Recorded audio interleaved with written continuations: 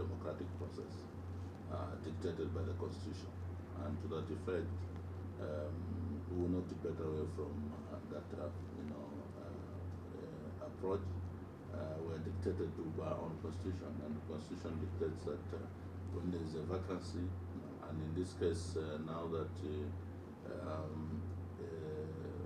vacancy has also reconciled with practically a few months before the scheduled general conference that is required to be held every 5 years is scheduled. So everything basically, is falling in place. We're going to go to a general conference, and it's only through the general conference that a leader will emerge, and then we'll also have a flag bearer for 2026. Mr. Nakachinda, there's so many things that are happening with the PF. There's another faction in the PF led by Honorable Chawinga. When of the PF sort these things out? And also, just to be clear, before the late former president returned to active politics, there was an issue to do with some candidates that were interested in vying for the position of president of the PF. They paid 200,000 kwacha, to be considered to lead the party at a convention that did not happen at that time. Please shed more light. What happens with those candidates?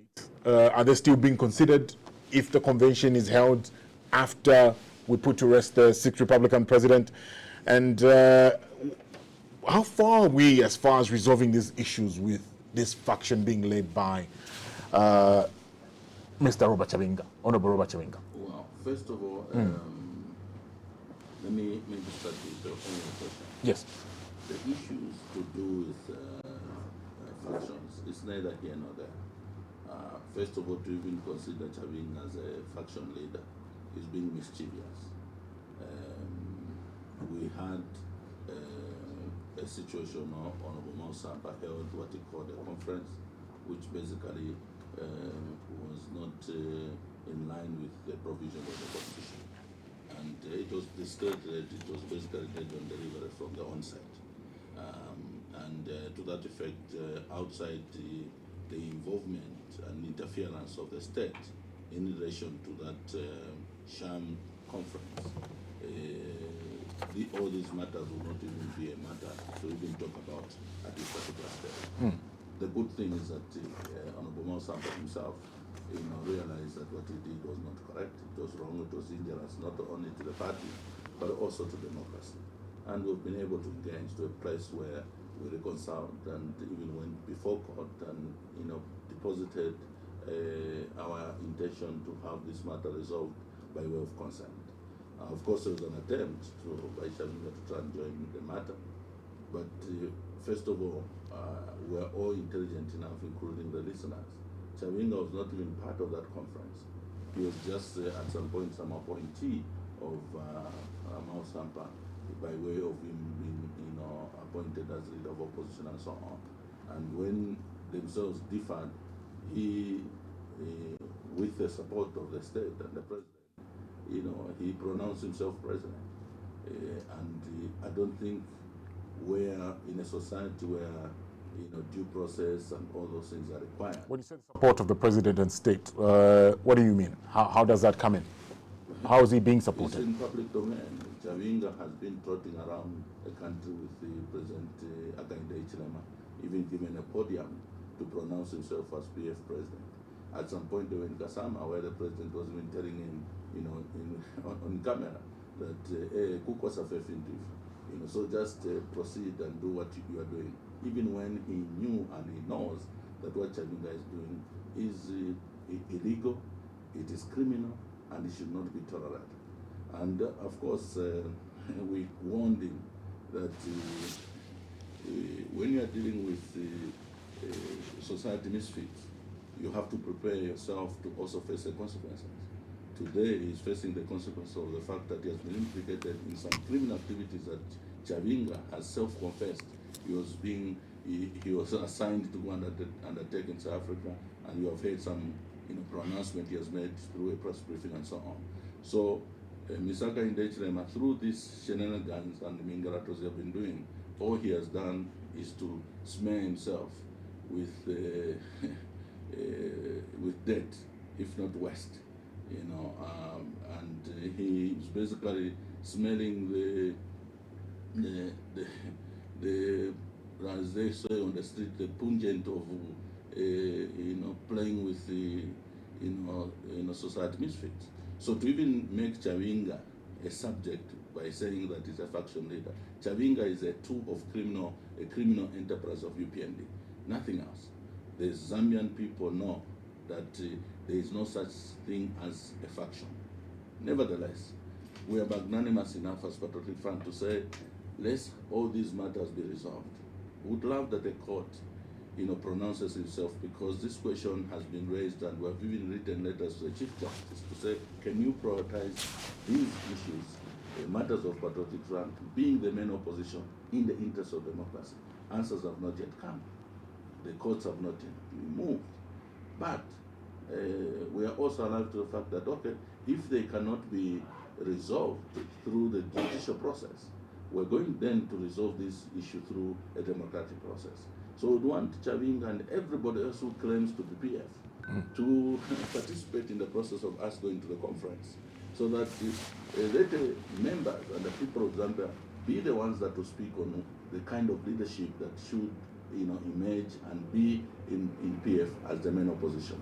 So we are preparing going towards the conference, one, to also resolve this perception of factions, but also to be able to give the membership across the country an opportunity to have a say in who should be their leader. What happens to those people that had paid those 200,000? So they remember that when we lost elections, President Edgar Chagorungu went on sabbatical leave, and he opted that a process should be initiated towards choosing a leader that would take over from him.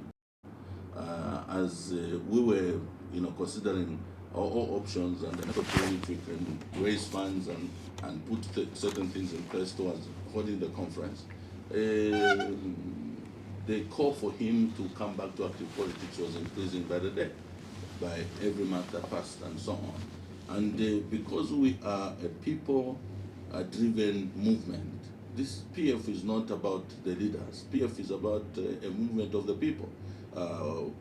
Way from the time PF was founded by Mr.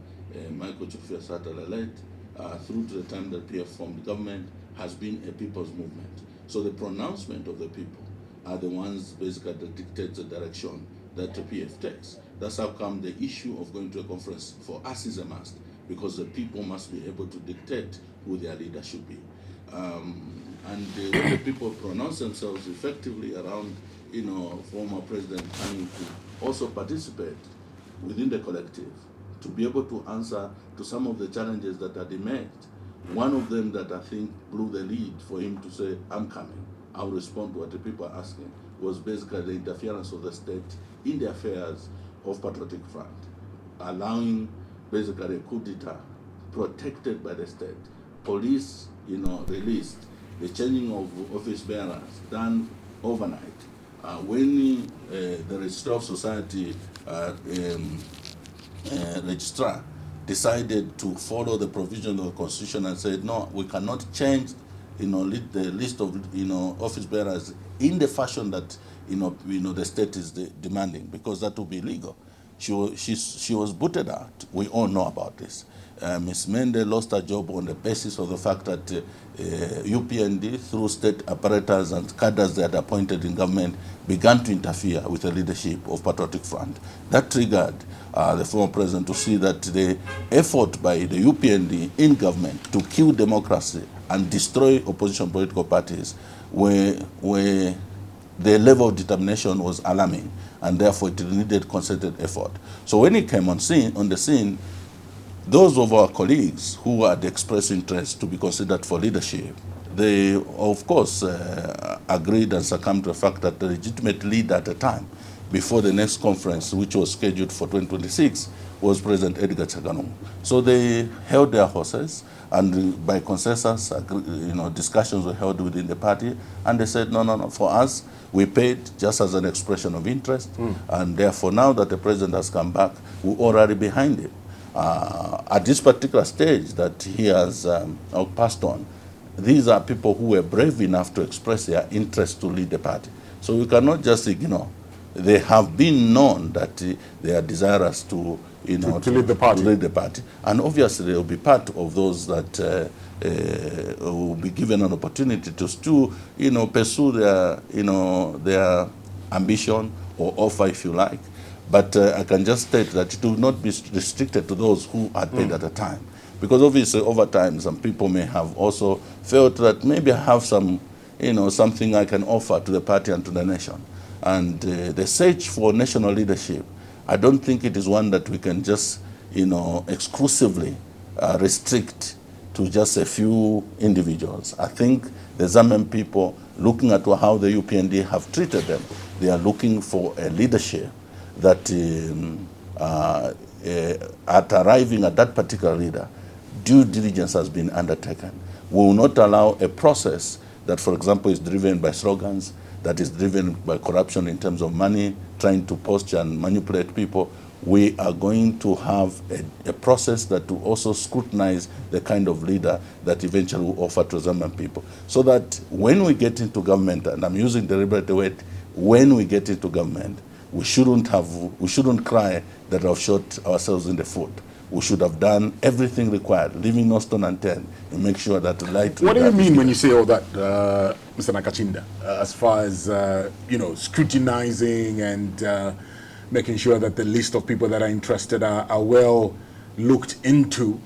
And I ask this because last time the PF lost a president, there was some sort of confusion, there was chaos. Again, we were at a point where there was one faction that wanted this person to lead, there was another faction that wanted that other person to lead. How do you avoid a similar situation, seeing that now there's another looming convention with a lot of potentially a lot of interested parties here? I don't know why you love the word factions. We may have to increase our vocabulary around these issues.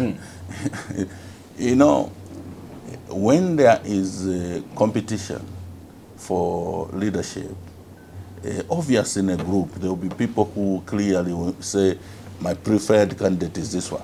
That's not a faction. It's a democratic right of every member of Patriotic Front at an appropriate time to be able to say, this is my choice. And when they decide to start campaigning for that particular person, you can't call it faction.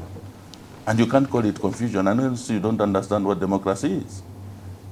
Is it democratic to have two separate conventions and have a different decision decided, and then there was another one that had to take place that was stopped by the courts, and then for you to get to a final decision to have Edgar Lungu as president?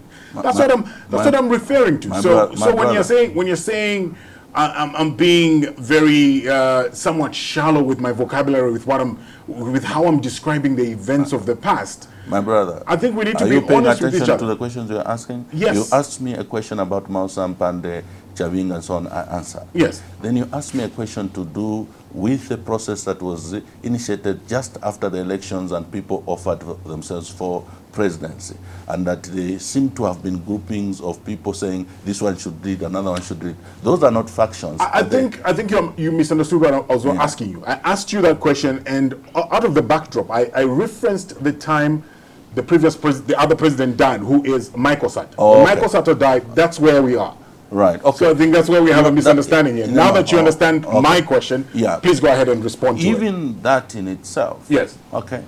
They were, you may call them factions, but there were people who expressed a desire to lead the party at that particular point.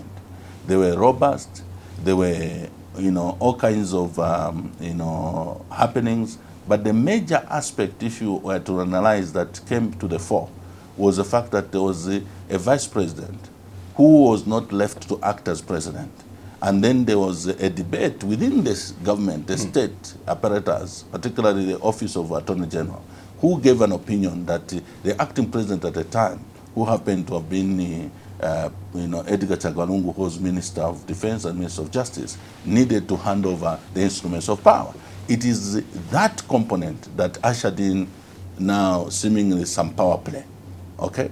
But when it came to issues of the issues of selection, the suspension of the then Secretary General Edgar Chagwa-Lungu and some of those maneuvers are the ones that seem to have ushered in what seemed to have been confusion. But otherwise, in a democratic society and in a democratic institution, when there is a process towards electing a leader, you cannot stifle members at a particular time, especially when the conference date is announced and the date of campaign is announced and people are campaigning. You can't stifle members from expressing themselves that I prefer this one because I think they have these qualities that will help the party moving forward. So if we were to speak to those issues, there are many factors which may require a single program for us to discuss to benefit from that history, and I appreciate the fact that you asked, to benefit from that history so that some mistakes that were made during that time are not repeated moving forward. I can only assure you that privately, as a party, we have looked at all those factors. We have even looked at the issues to do with the happenings after the loss in 2021, and we have drawn lessons. And we are marching towards, this conference and towards 2026, wiser than we may have been before these things have happened. Mr. Nakachinda, when are we possibly going to have this conference? Well, I don't think it's in my place to be able to preempt decisions that have to be made by Central Committee. But I can only tell you that Central Committee met, and one of the things that we deliberated was the fact that we have a funeral. We haven't even put to rest our leader, and to that effect, in detail, the issues of the inevitable holding of the conference will be discussed, and I think parameters and everything will be put in place by Central Committee. I want to get your comment on incidents that happened last week. We saw PF faction President Robert Chabinga, who threatened to deal with PF faction leader Given Lubinda, and the leaked audio, which has also gone viral. He issued some threats when he made that presser. What's your comment to that? What's your reaction to Mr. Chabinga's press conferences and the threats he made to Honorable Lubinda and Sishua as well? Well, I think it just confirms the criminality that Chabinga is involved in, supported, if not sponsored, by his own claim, the state and the president. The UPND, who have also been trying to exonerate him and cleanse him and want to even turn what is obvious to suggest that this is an AI, orchestrated audio and all the nonsense that Zambian people have been subjected to. But this is basically a confirmation. The question I was expecting from you was to say, now it looks like this confirms the criminality that Chabinga is involved in, sponsored by the state and the UPND.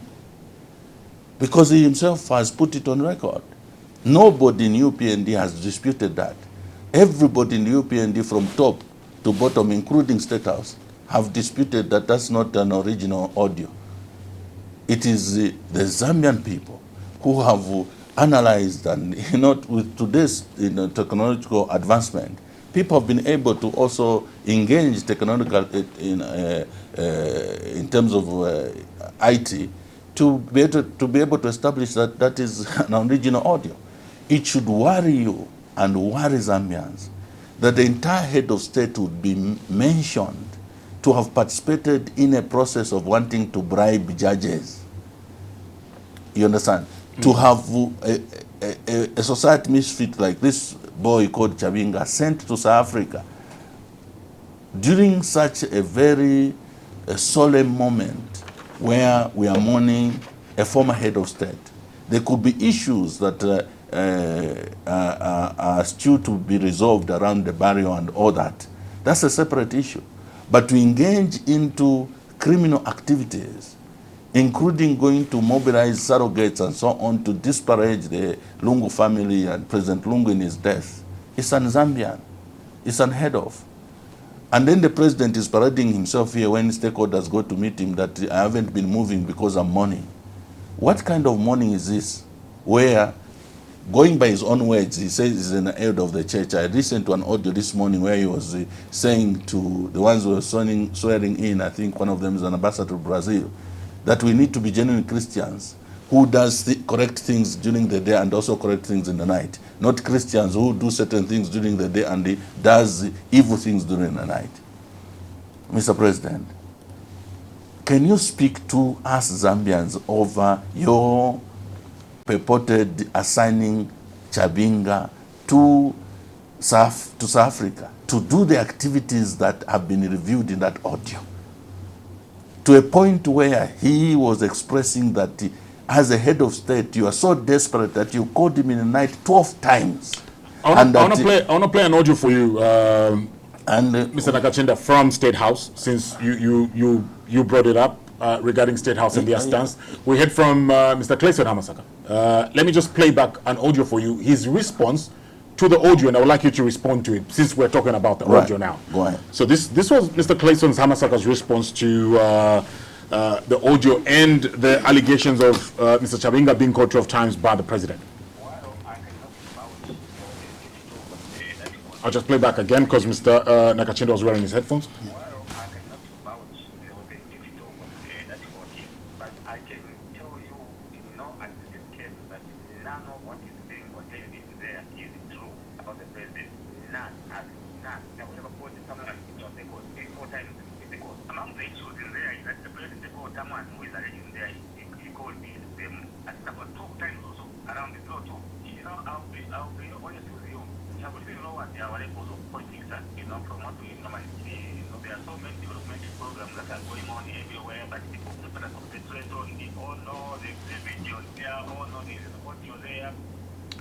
What's your response to that?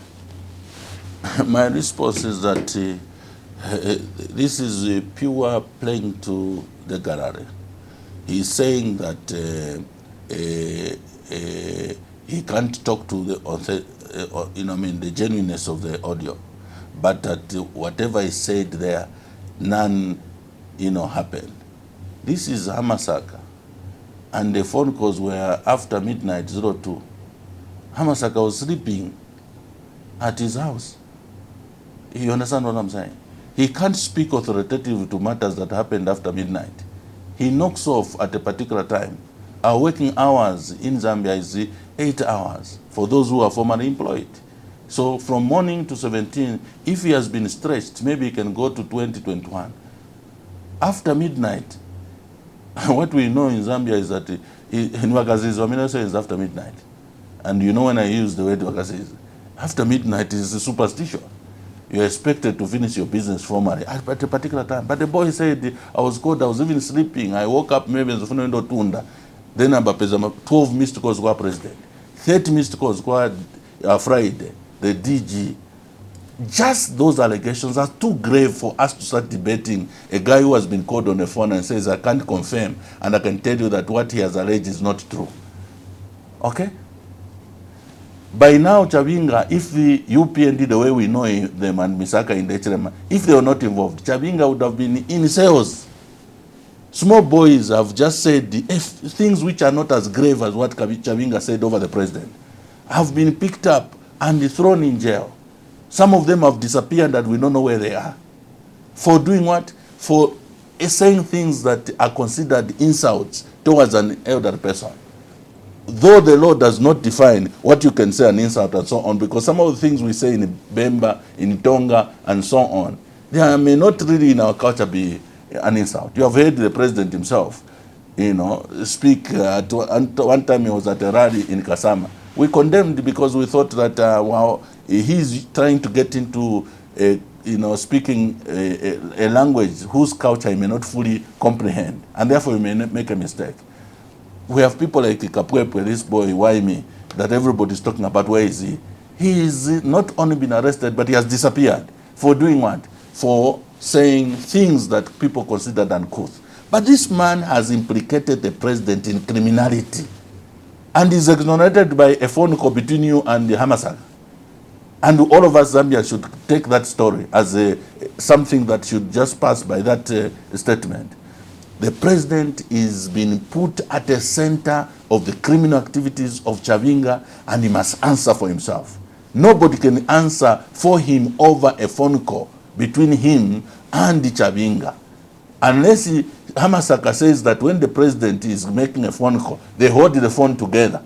He is this side listening to what the other one is saying and what he's saying. If that is the approach, yes.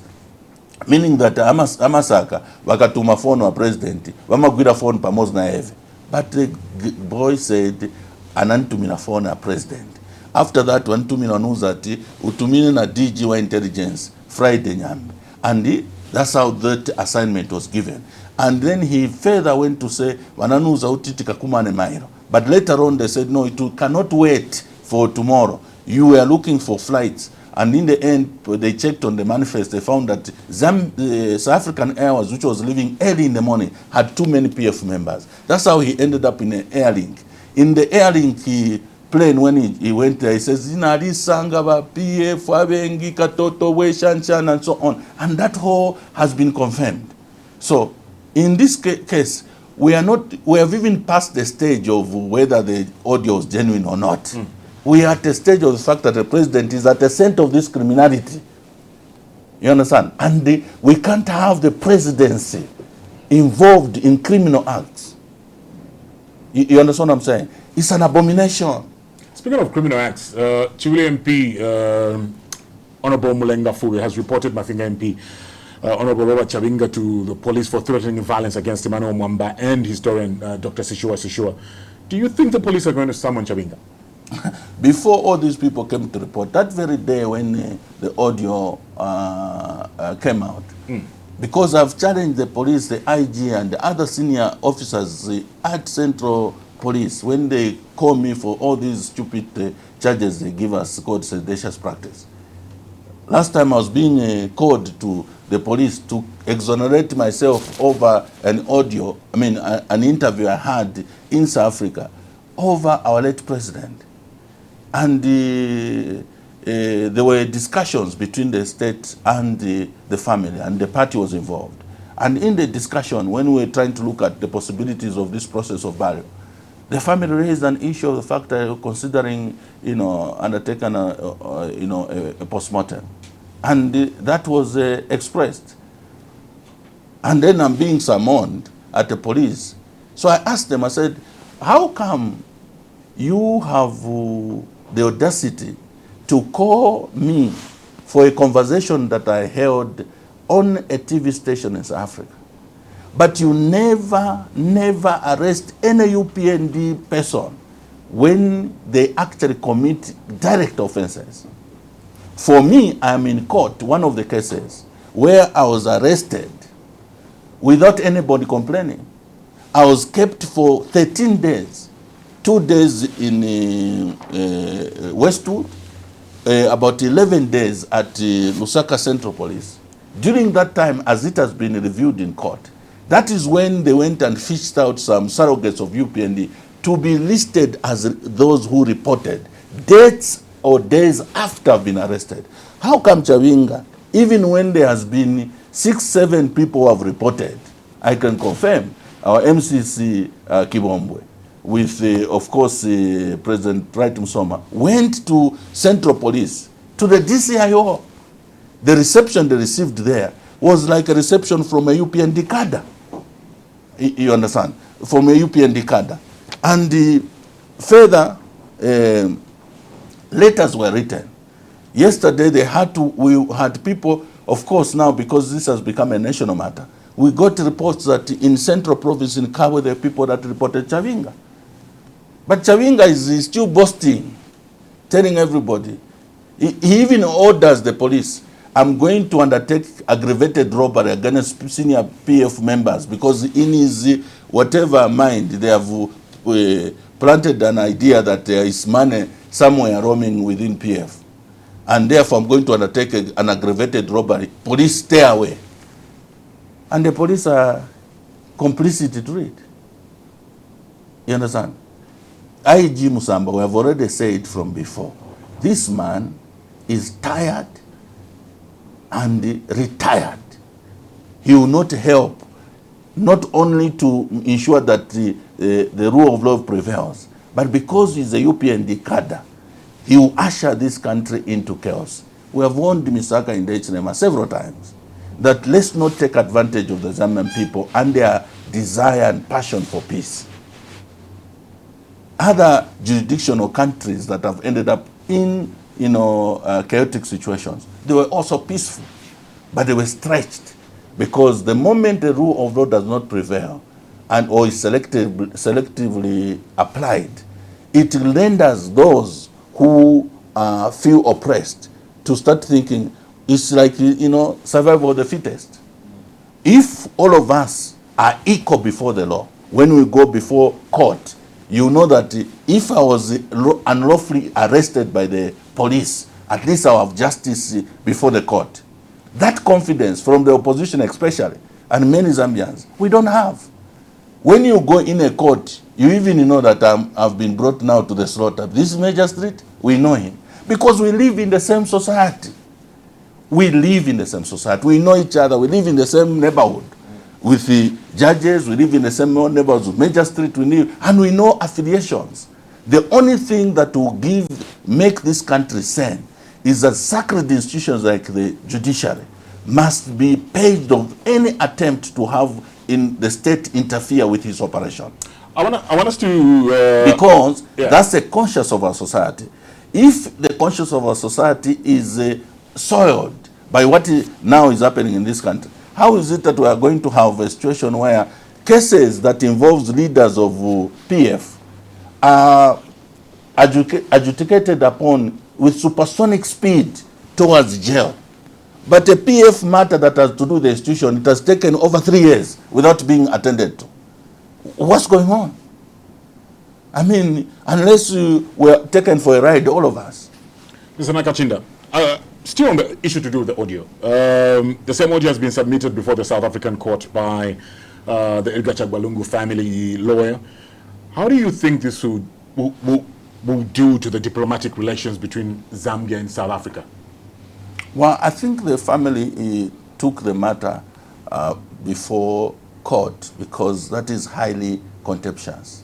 There are, allegations and proposals of wanting the judge presiding over the matter to be bribed and all those things. I think to protect the integrity of that process, the court needed to be made aware that the family is, perturbed by the fact that there could even be room for a judge to be bribed. There could even be somebody have the courage to say the judge needs to be bribed. If we give the money, they'll make a decision in our favor. Now, when it comes to diplomatic relations, Misaka Indechirema has failed in the region. We all can see, I think there's even been reports that he's making efforts to try and, clean up the diplomatic relationship with Zimbabwe. At some point, we had even reckless reports of foreign affairs minister going to Zimbabwe, carrying their own water, their own snacks, and all those things because they can't trust Zimbabwe. Blatant, scandalous, behavior that will not help in making the relationship better. With South Africa, Chabinga's audio, not only that, even the engagement over the funeral of President Edgar Chagbalungu. I think better public pronouncements and engagement would have been handled in such a way that even this impasse will not reach where it is. On the diplomatic front, Mr. Ika Indechirema has, failed. Today we are being threatened by America in relation to our travel. There is a threat that Zambians will not be allowed, to have visas more than 3 months, and maybe even put a travel ban on Zambians. Where is it coming from? It's not only coming from issues of corruption. It's also coming from the fact that diplomatically our engagements may not be sound. Zambia has been a shining light from 1964. You've given us 2 examples of relationships that might have been, not handled well in the region. Zimbabwe, and now there's this issue to do with South Africa. Which other country would you cite besides these 2? Are you rating his failure to have a diplomatic relationship with our neighbors beyond that? And obviously with the Americans, we've seen the shift in what's going on with the Trump administration. There's so many countries that have been put on that list. Don't you think you're judging them harshly when it comes to the American issue? First of all, we should not have even featured. Zambia, as you know, you have grown up in a country that has remained a shining light and respected globally in relation to our diplomatic engagement and also our championing of peace and so on. We were never a subject of having, challenges with our neighbors or any other country.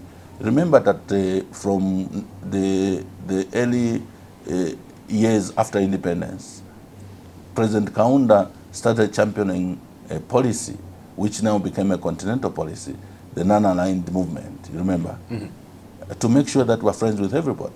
To have, for example, the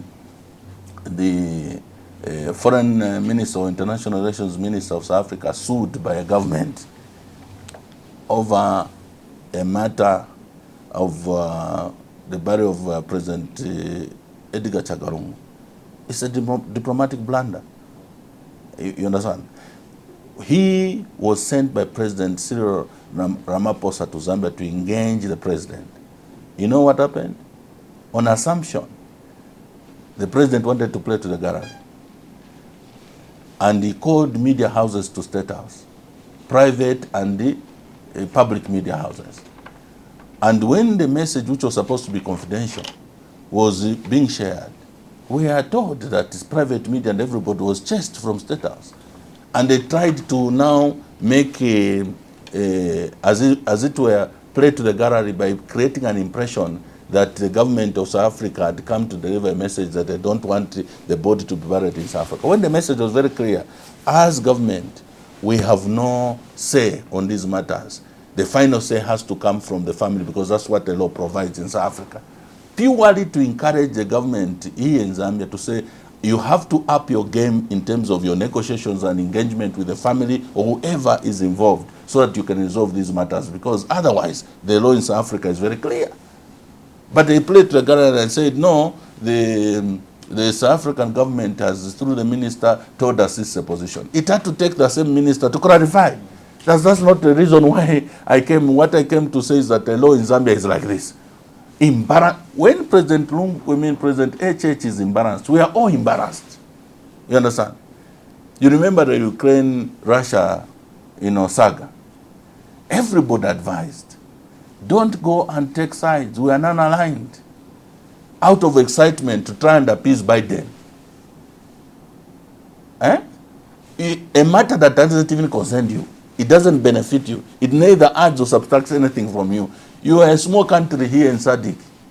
You want to start becoming a champion over matters and their interest you don't even, fully comprehend. You go and say, I'm going to. He was advised even by those who were officers at the embassy in Washington at the time. Okay? That the route we should take is to take the route that traditional Zambia has taken. We're non-aligned when it comes to, because it will elevate us to a place where we can engage Ukraine, you can engage Russia, we can engage America, to reason with them around how to resolve this war situation. The moment you take a side, then you lose locus on how to resolve these issues. And that is unfortunately what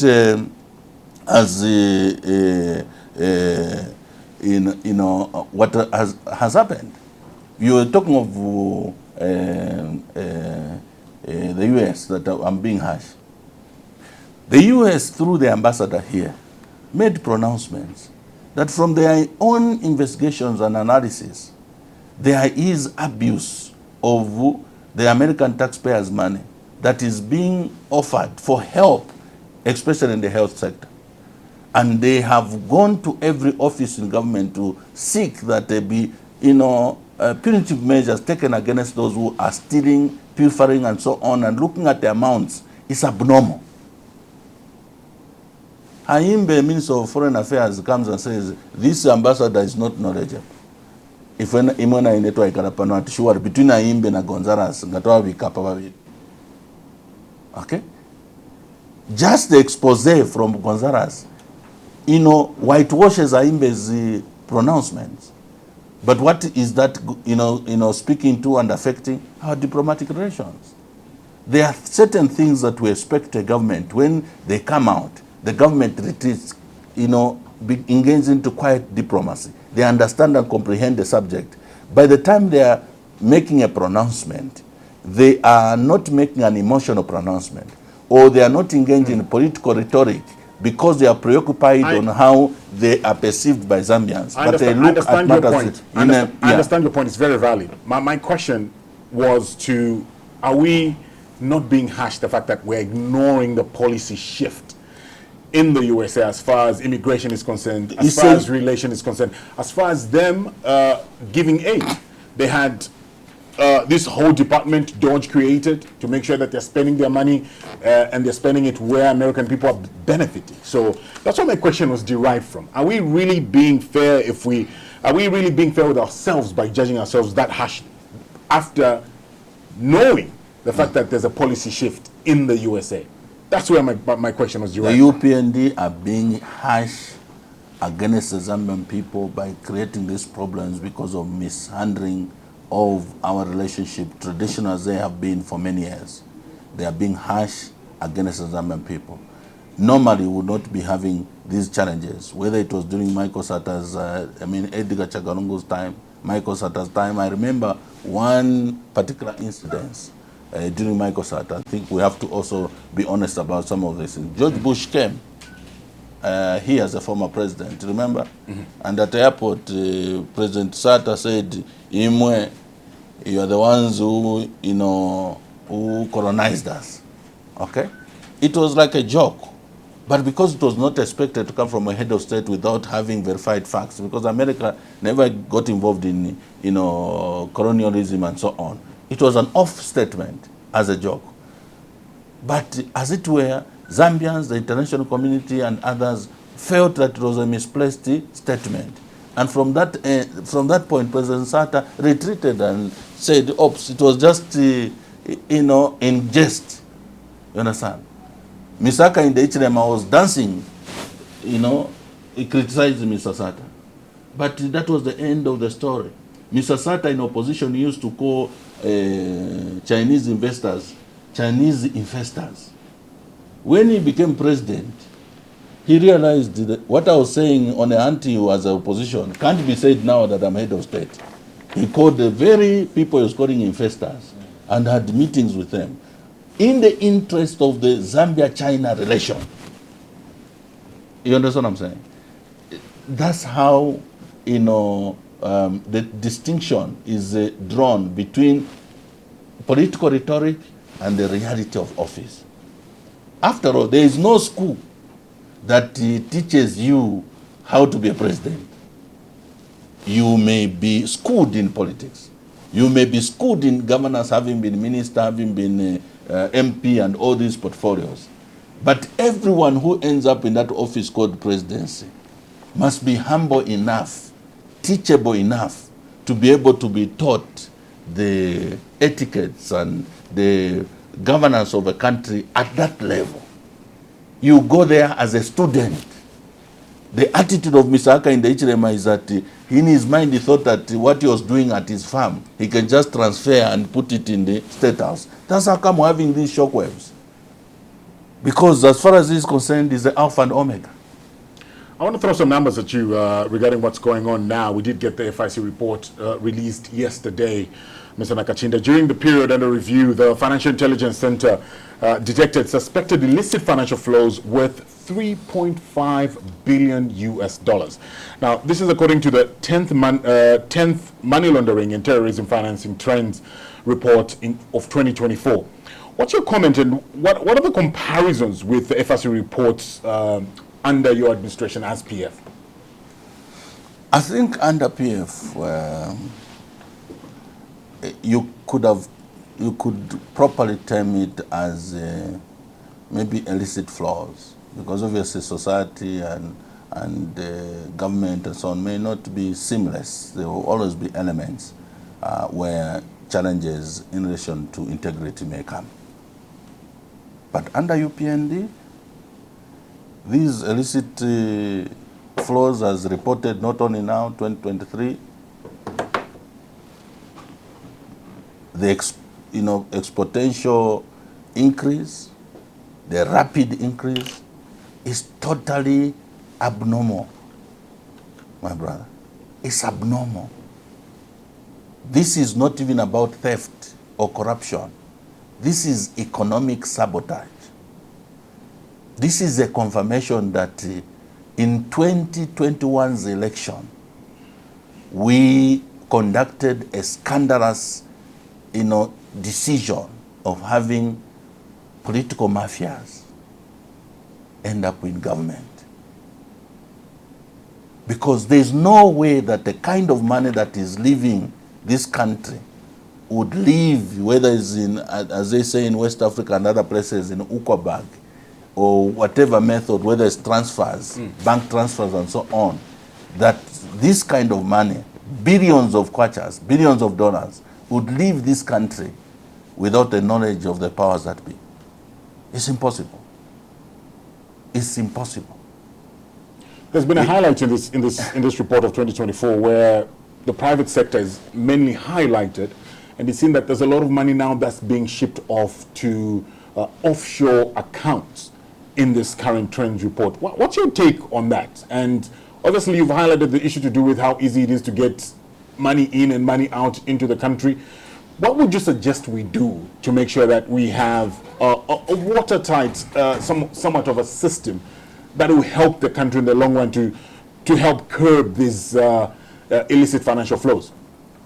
Okay, first of all, we have to accept that what is happening is basically state organized crime. You understand? Because it's not an innocent occurrence. Let's start from there.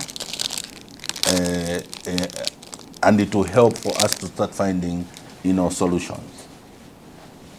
When you look at the reports from 2023 to 4 months ago, because the report which you are referring to now is basically a report, yes, finalized and released, 6 months later.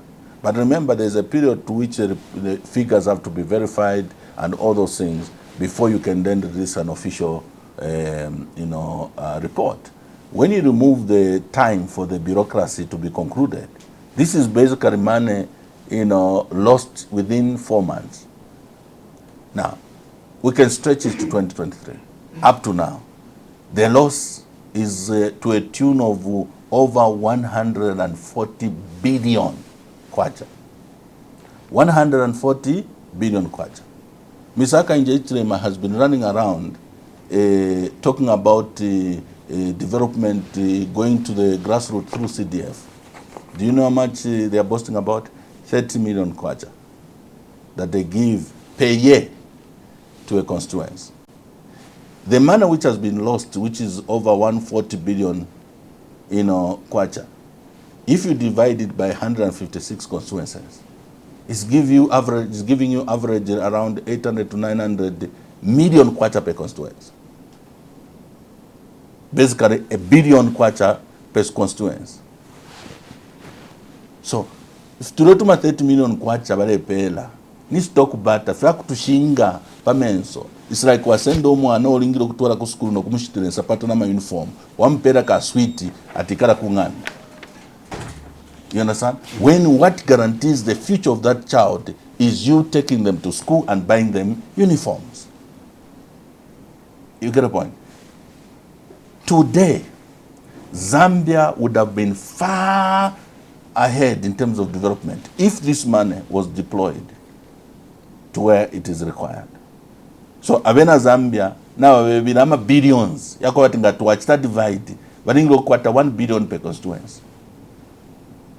And who is the beneficiary of this money? On top of these illicit losses, not peranama incentives kuma mines, tax incentives. Mineral royalty is now deductible. How many more billions are we losing through such incentives? And who is the beneficiary for such decisions to be made? Who lets the benefit in none? Because you can't sabotage Zambians without having to trace who could be benefiting at personal level. You understand? Abena Zambia, all they are seeking for FY is to enjoy their country and enjoy the wealth that God gave them. But we have a few people in government who have chosen to prioritize themselves and foreigners at the expense of citizens. Pano tuikele, my brother. Avena Zambia, even their own personal efforts to do some business is sabotaged. Umunandi nangura brother one cousin wandule ukweteka barber shop. Teta pangolu pia, munandwa kutida, road shedding is eating them up in terms of their business and economic activities.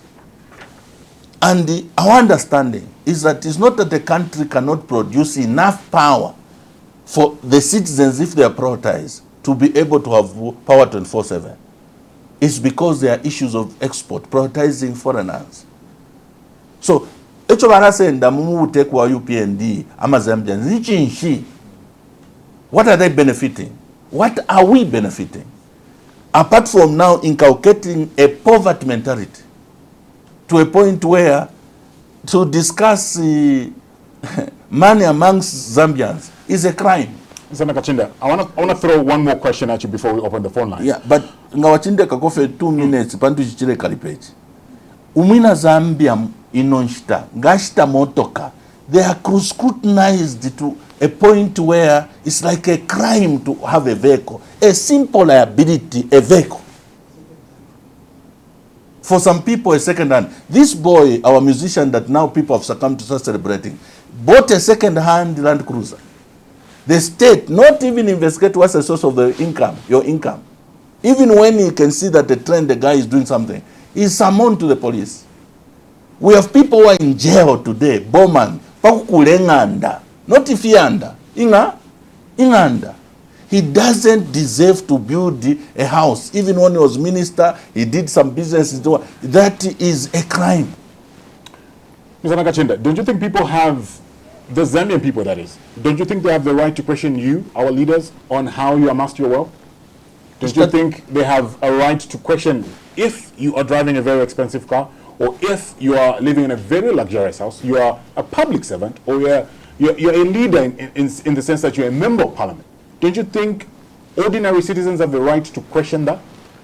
Nobody has ever said people should not be questioned. That's not what I'm saying. So don't you think? You're asking on behalf of the Zambian people. We're not competing. The issue is about the due process. You can't see me wearing a suit and the first conclusion you have at Naiva. That's wrong. Okay? There must be a complaint of the fact that something has gone missing somewhere. You understand? That involves me. That would warrant you starting to investigate. I can't be declared guilty and now there's a process to try and declare me innocent. Imoba busy if push a question. Ngamunesha kamoto kapanse. Aninkwata fejeras. Kumi kata. If I have means to influence the police and everybody. No kwambu kumwebo kwa ati number 2 ndororweni how you bought this car because it's a proceed of crime. Do you think that's justice? Imwenda na mashonso mchita spend. Do you owe all the monies? Do you record and receipt them? If me as a friend, we have worked together, you have interviewed me several times. Nasa kwata I'm a bit lucky today, and therefore I'm a bit lucky today. Na kwata koka ngwe. Nasa ndafata we kwena my brother, he has been working hard for the country and so on. Maybe I buy him a car as a gift. Do you know that you can be arrested in this country? That mentality we must all condemn. This fake report and the trend report is telling you what real crime is. Not if it were over petty issues. Hakainde Hichilema himself, up to today, he has not declared his assets. But there has been an impression created over years that he's such a millionaire. Because he has declared during the time of him seeking his, during the declaration for presidential whatever, you come up with a figure and pronounce that I am worth 23 billion kwacha. Nobody even verifies whether he owns that. We are waiting that if he's worth 100 billion, as he says, can he be able now to substantiate through the declaration of these assets? Otherwise, the conclusion of some people that he basically is not declaring assets because what he was flashing around as his wealth, he could be accumulating today. That's what some of the people are alleging, that he could be trying to accumulate to reach the levels of his false declaration. That's what others are saying in bars. You understand? And for some of us, when we see these figures, how can 140 billion kwacha leave this country? And Misaka in the Ichilema who says, you know, you need to use your grey matter. He's such an intelligent man. Such monies are living from his economy, and he doesn't know. He's also surprised, just like me, when he reads through FIC report. But don't you think he'll have his day to answer as well? I'm asking the question. Did you think you have, because there are records at ECZ, he submitted those records at ECZ, they're not making them public, and I know that... are you his witness? That's the process. No, that's not that I'm a witness. That's the process. Which process are you talking about? For you to be nominated as president, you need to declare your liabilities and assets to the Electoral Commission of Zambia. Yeah. That's the law. So he's declared it to them, right? For him to be on the ballot, that means he's done that. We have a record of that with the ECZ. Okay. Don't you think we should question the ECZ and the officers responsible why they're not telling us why or how much the president has, and that he should have his time to answer how these questions that you're putting forward today, how much he has, how much has he amassed? Don't you think there's already a record to that, the fact that he's finding himself on the ballot? Listen, I am not going to argue with you.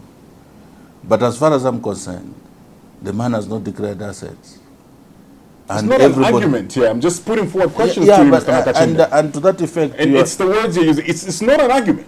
Because I'm just asking you a no, question. I'm just saying, because obviously you are inviting me to now tell you what the reality is. Mwangala Zaromis is a member of UPND whose interest is to protect the interests of Aka in the HRM. McDonald's Chipenzi is a member of UPND. Same applies to Neri Muti. Same applies to even the executive director. People have alleged that he was associated with the UPND.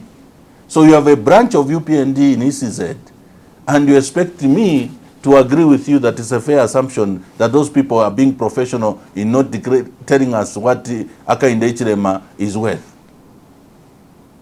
The ECZ of the past, whenever the declarations of all presidential candidates have been made, they made them public.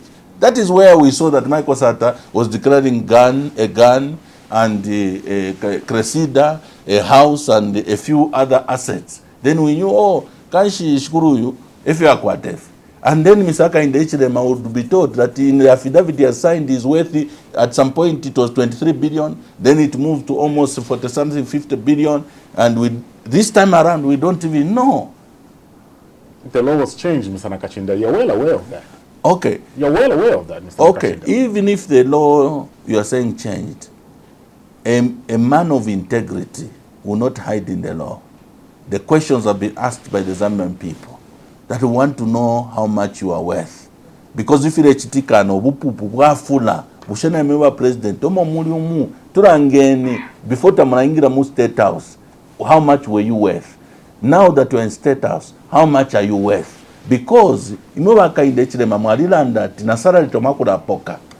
You understand? Meaning that from the time you went into state house up to today, the fact that you are not even getting a salary, your wealth must remain at the same level. So ngatawasa sangati hao waka in the HDM na bashitako na mines through proxies if you are sheriff, then twalambo kwipusho kwa tawe kanshe chobare fishira assets because zero barengira mu status watu wewe ati assets bakwata ni ngombe sha kupenda no bashino kuturesa ngwati ngombe bareshitisha chirabushiku and ingombe ama breeds te aliko yalia akale so trefo kupusha pusha ngombe shisha isa chimbe sho tule mfachiro fuma kuma Botswana muleshi tanendera masheno shijia nangora kulishinda mapakati hapa ema questions tule pusha and we have a right to ask a president because he's the custodian of the wealth of this country and the wealth of this country has disappeared to a tune of over 140 billion.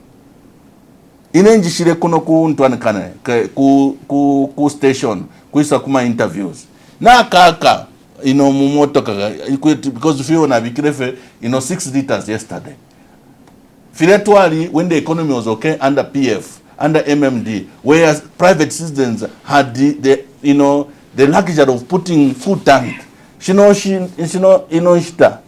Even yunga na kuipusha. Wadibika nilisa wabikrepa food tank motoka mo. I'm not here to answer questions. Yeah, I'm just asking. Even in Munamu studio with these technical people, nganabe pusha. When did you last put food tank? Na motoka detu kabika food tank kusho kwa echa wako muyu PND.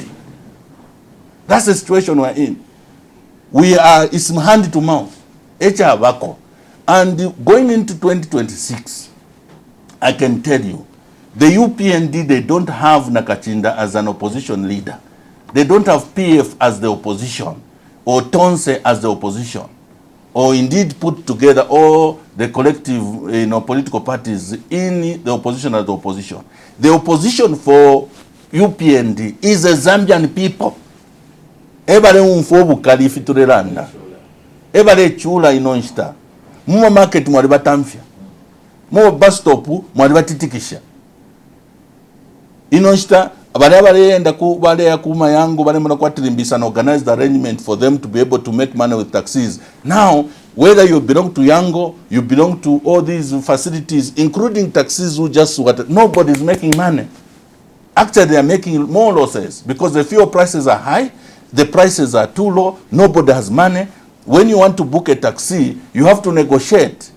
There is nobody who pays cash without negotiating. Let's get the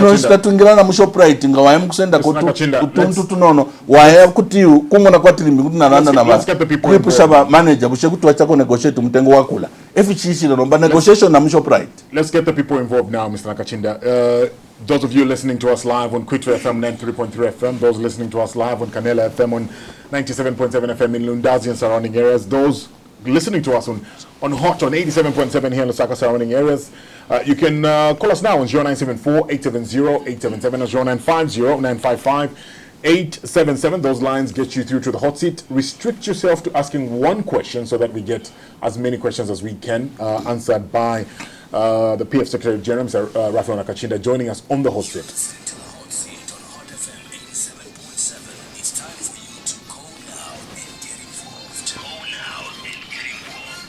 It's 0974-870-877 or 0950-955-877. Those lines will get you through to the hot seat this morning. We'll remind you again, restrict yourself to asking one question so that we get as many questions as we can. Good morning. Morning, people. Morning to you. What's your name? Lottie from Matero. All right, Lottie, we have Mr. Nakachinda in studio. Okay, Mr. Nakachinda, I just have got one question for you. Apart from talking about HH, what other agenda do you have for the Zambians going into 2026? All right, thank you, Lottie. It's 0974-870-877, 0950-955-877. I'll pick up 2 more calls, Mr. Nakachinda, then I'll allow you to respond to them. Call us now. It's 0974-870-877, 0950-955-877. Those lines will get you through to the hot seat. Good morning. Good morning, Daisy. Morning to you. What's your name? Yeah, Chimwene Mdonga. Chimwene, we have Mr. Nakachinda in studio. Please go ahead. Nakachinda, Muligwati. Tribu na kuru mwanji. Kwa mwangwa, kwa mwangwa, tiko turura, kwa mwangwa, muliwa bani. Kubwela kutopiki, Nakachinda. Sisi, kichetekera mulimwe. Wauze nikoni, tifuna opposition party 2026. Just because of government yako ya kitegorora kuli economy. Ite mulutaka tikutabaika. Kumunzi, wasatabaika kwaji kulipema yako. Just because of government yako inataka kando kwa kujima, kila zisikia ona. So, Nakachinda wauze ni opposition member wangale pamozi. Wonti kungale kapaturo gaya, chama tukizapa na jara just because of ubu. Baeke kubanyakina makukwela papato. Ona niweze ni bonije sisi bona. Napatanga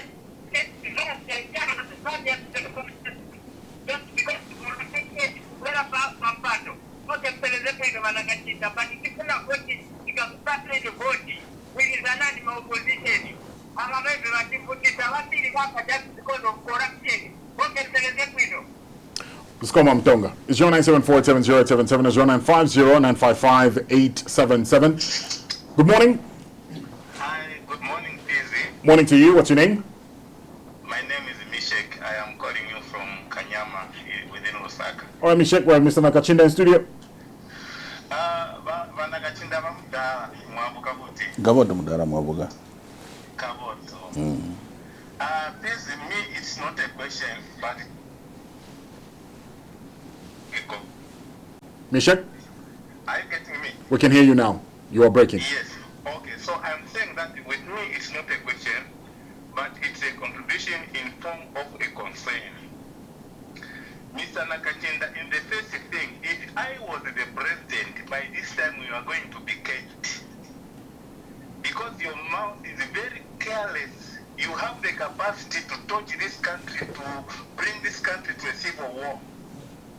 So you should thank Bali. Hakainde is a good man with a good heart. That even up today, you have got the chance to go to a radio station and keep on yapping careless statements. I think I'll ask you to be civil as you address our guest this morning. You can retract the word yapping and just address him with the utmost respect he deserves, please. Okay, I retracted that one. Yeah, so please just be very civil, ask your question, put your point across.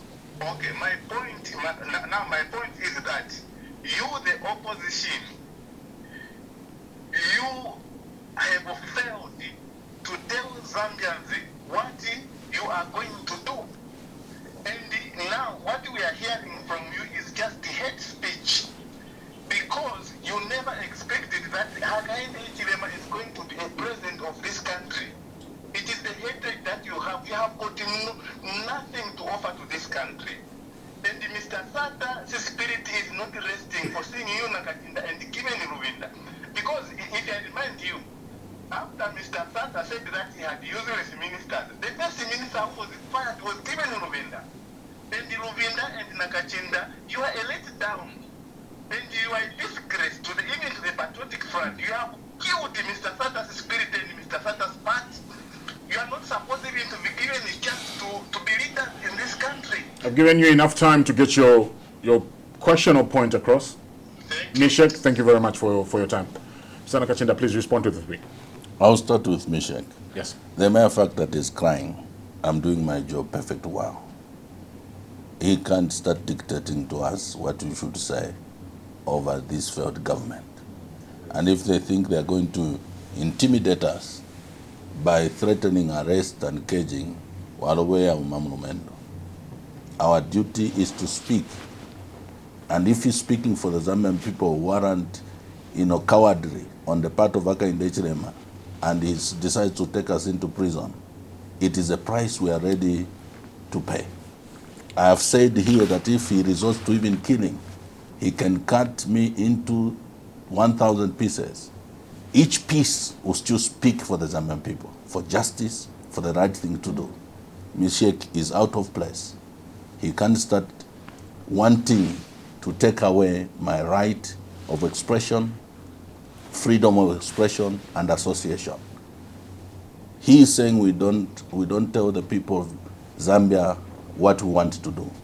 The root cause of the problem we are facing, including the hunger I sense in his voice. And he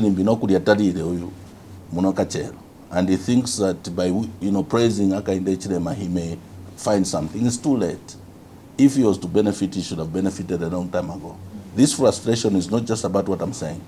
He's also frustrated because even him as a UPND cadre, Roti from Matero, he has asked a very important question. And sometimes we seem not to be speaking about what we plan for the Zambian people. Because when we are called to a radio program like this, we don't dictate the questions that are asked to us, and we answer as they come. But since he has asked, first of all, in summary, outside speaking policy by policy and talking about our manifesto, what is the collective expectation of the Zambian people? I already indicated Zambians are looking for a leadership that will prioritize them over foreigners. Zambians are looking for a leadership that will guarantee that the wealth of this country will benefit them. Zambians are not asking for too much. They're saying, just allow us to enjoy our country, to enjoy our God-given wealth. As you structure your governance systems and implement your policies, we should be at the center of it. That's how come Patriotic Front and its mantra is about the poor. It's a party for the poor, and even the packaging of our message from our first president to our second president, and even moving forward, it will be centered around the needs of the people. Why were we saying money in people's pocket? It's because the policies were going to be tilted towards making sure that the local person is empowered. How did we end up under Edgar Chagalungu with insisting that whatever contract is given on the basis of lack of capacity to a foreign company, 20% of whatever they are doing should be given to the local contractors with the aim of building capacity? You understand? Moving forward, I can tell you that what the people are going through under UPND, they will not experience when the opposition get into government. Because we will not permit that 140 billion is lost and within a few months, and then we are saying to the Zambian people, your development is coming by the 30 million we're giving every year per constituency. It's a fallacy. It's deceit. It's hypocrisy. So Mr. Loti, natumikwatire fingi parapene tuashire ichirubo twapangire fenga ba PF chali chirubo cha makadazi abale moneka kwatirimbi bale angalina muma areas like muma stations, especially kuno Lusaka, and seemingly disturbed a few processes yaba council and so on. Outside the cadres, there's nothing else that those in new government or others will be able to criticize about Patriotic Front. Because in terms of infrastructure, our record is second to none. In terms of empowering Zambians, there was money during Patriotic Front in the hands of Zambians.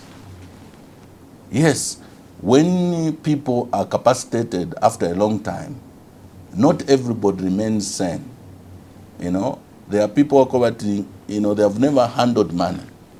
So Ngabasa, deliberately, they also deserve to have money. But Basa Shikwata, Bamana Chakwati, Nanimonepo ka video, Nimaso Shina ka video, Mwanda Mchida Mbati, Nebon, Amanuele Safia, Ngendera Mashapu, Indara Mangasha Isa, Amanuela Sela, Ndawafia Kapuwa, Kene. But it doesn't mean that because the person has confessed that when I have money, I lose it, that they don't deserve to have money. Every Zambian deserves to have a stake, to have a bite at the pie, regardless of whether when they bite they will remain so normal or not. But for as long as they're Zambians, they must enjoy themselves. So in PF, money was available. We saw some people who were misbehaving, maybe publicly and so on. It irritated some people. But it was a sign that money was available. And we are correcting some of those issues in relation to cadres.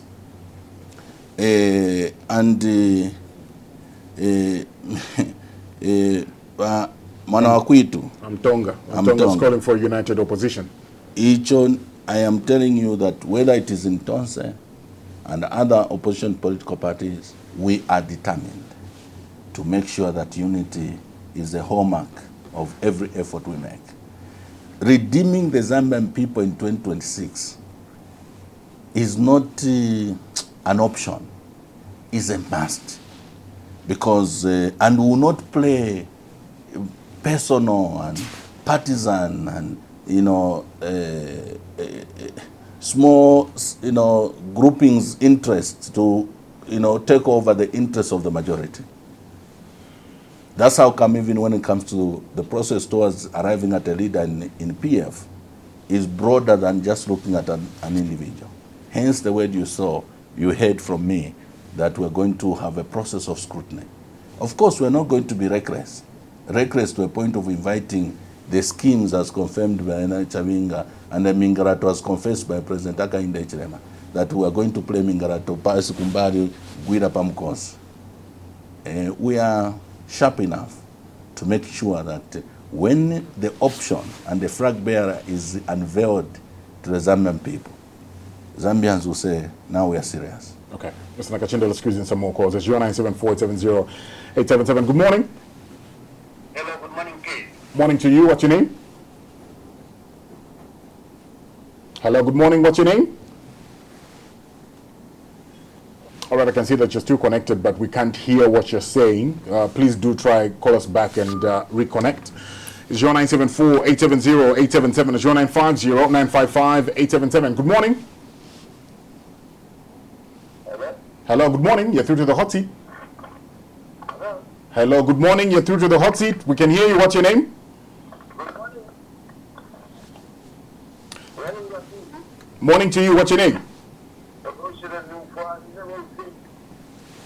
Ba Hussein, please ask your question. Mwe na mulishano.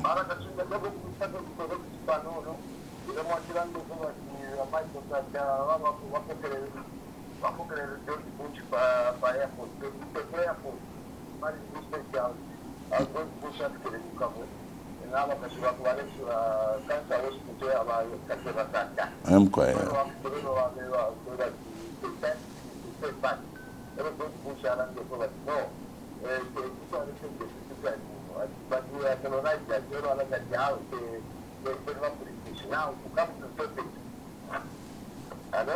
Yes, we can hear you. Please go ahead.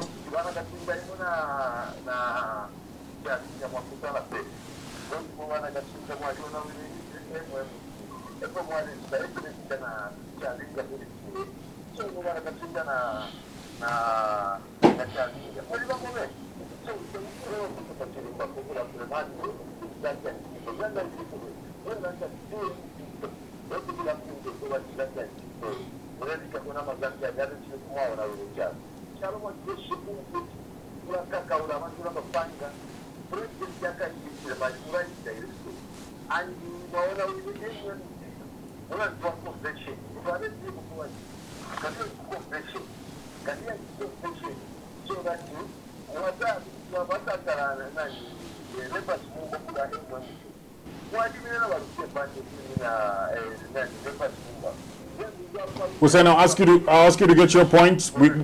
We've gotten your point. Hussein, thank you. We've gotten your point. Thank you very much for your call. Mr. Nakachinda will be given a chance to respond to you. Call us now is 0974-870-877, 0950-955-877. We'd like to hear from you this morning. What's your question? Remember, just keep your questions brief so that we get as many as we can. Keep your questions brief, and then we'll put them forward to Mr. Nakachinda here in studio. 0974-870-877, 0950-955-877. Good morning. Hello, good morning, please. Morning to you. What's your name? Yeah, Musaka, we know Musaka here. Mr. Nakachinda, good morning. Morning. Siam Musaka, please go ahead with your question. I just wanted to correct him over the disclosure of the work of the president. You know, in 2021, as you rightly put it, the law changed. I was eagerly waiting to hear how well President Edgar Lungu was. 2016 was 1 million target or somewhere there. No, 2021 million, 2021 million jumped for 1.521. So in 2021, I was hoping to hear Edgar Lungu's wealth. How was it? Was it now from 1.5 to jump to 21 million? I think in 2021, I was expecting to be over 100 million or so. Because there was jumping a lot in terms of wealth. But I was very shocked to hear no presidential candidate. The wealth was declared publicly. I've just noticed that it was because the law was changed. Mr. Nakachinda, were you happy with my question? The way Mr. Lungu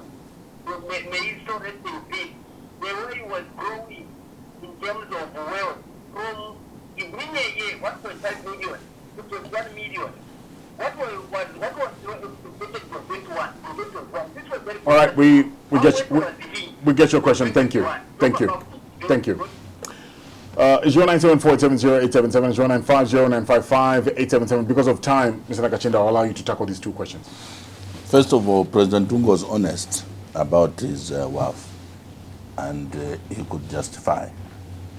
So it's not for me to start attaching emotions where was I happy and on all that.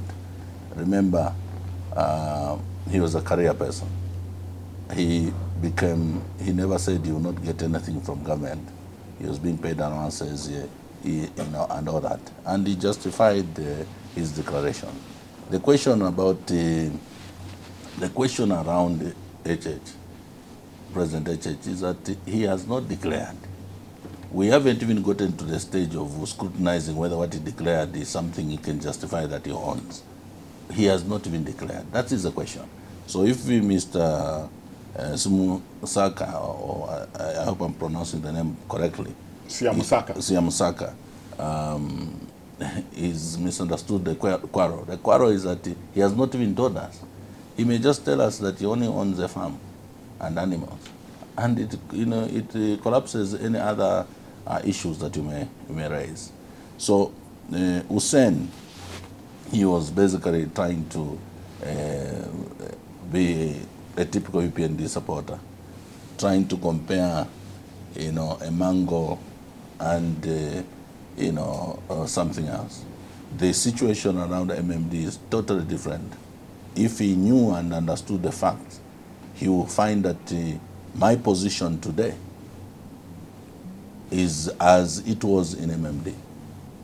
Let me tell you and tell him, my greatest personal advocacy has been that one day in this country, and hopefully it's in 2026, a former ruling party forms government.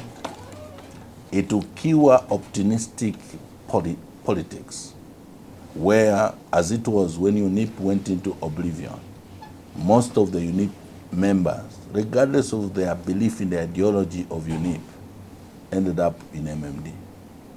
Regardless of the ideology they believed, the MMD members in MMD, because unfortunately the so-called Mingarato and whatever and what happened, we ended up, some of us, in PF today. This trend must come to a stop, and the only way it can stop is that we are fighting vigorously to have a former ruling party. Obviously this time around there's a demand to cooperate with others, form government again. We are hoping that the UPND will just, at that particular point, also just look at their failures and their policies and what they have failed to do when they're in government, and still be able. That way, we'll have a more refined, political, the political arena, in the sense that the PF and this ideology will be distinct and defined. UPND and other political parties will also be distinct and defined. What is happening now is like politicians, based on the precedence which has been set, everybody is looking for greener pastures. Had MMD not gone to the extent that the colleagues who are there have taken it, I possibly have, still been advocating for that. But unfortunately, as things have turned out to be, there is an opportunity, there is a chance to have the Patriotic Front form government again, and our democracy will mature.